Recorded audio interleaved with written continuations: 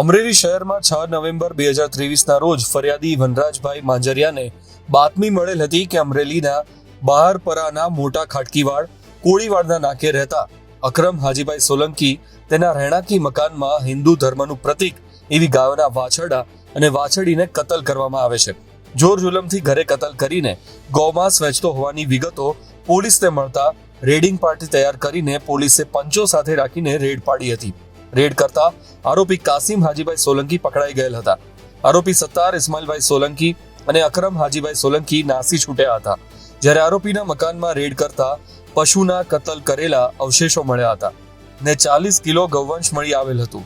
જે case Amreli session કોર્ટમાં ચાલી જતા સ્પેશિયલ સરકારી વકીલ ચંદ્રેશ મહેતાની ધારદાર દલીલો અને પુરાવાઓ રજૂ કરતા સેશન્સ જજ રિઝવાનાબેન બુખારી દ્વારા પશુ સંરક્ષણ અધિનિયમ કલમ 5માં ત્રણેય આરોપીઓને આજીવન કારાવાસ અને દરેક આરોપી દીઠ 5 લાખનો દંડ અને દંડની રકમ ભરપાઈ ન કરે તો વધુ 5 માસની સજા અને કલમ 6(ખ)માં 7 વર્ષની સજા અને 1 લાખનો દંડ એમ અલગ અલગ કલમો તળે ત્રણેય ગૌવંશનું કતલ કરનારા આરોપીઓને આજીવન કારાવાસની સજા અમરેલીની સેશન્સ કોર્ટે સંભળાવેલી હતી, જે ગુજરાતના ઇતિહાસમાં સૌ પ્રથમ એવો ચુકાદો છે.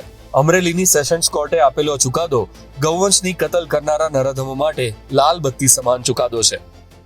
હું ચંદ્રેશ બી મહેતા, સ્પેશિયલ સરકારી વકીલ, અમરેલી જિલ્લા એનિમલ પ્રિઝર્વેશન એક્ટ.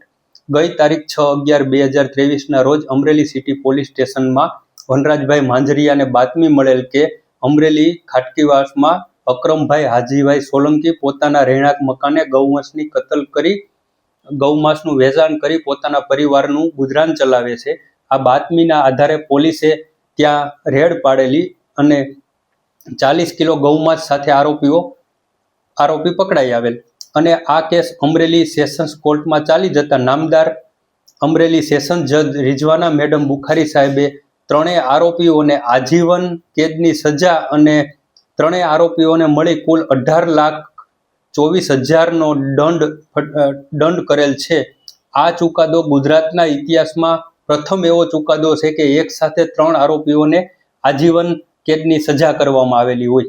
આ ત્રણેય આરોપીમાં આરોપી નંબર 1 છે કાસિમભાઈ હાજીભાઈ સોલંકી, 2 સત્તારભાઈ ઇસ્માઇલભાઈ સોલંકી અને 3 અકરમભાઈ હાજીભાઈ સોલંકી.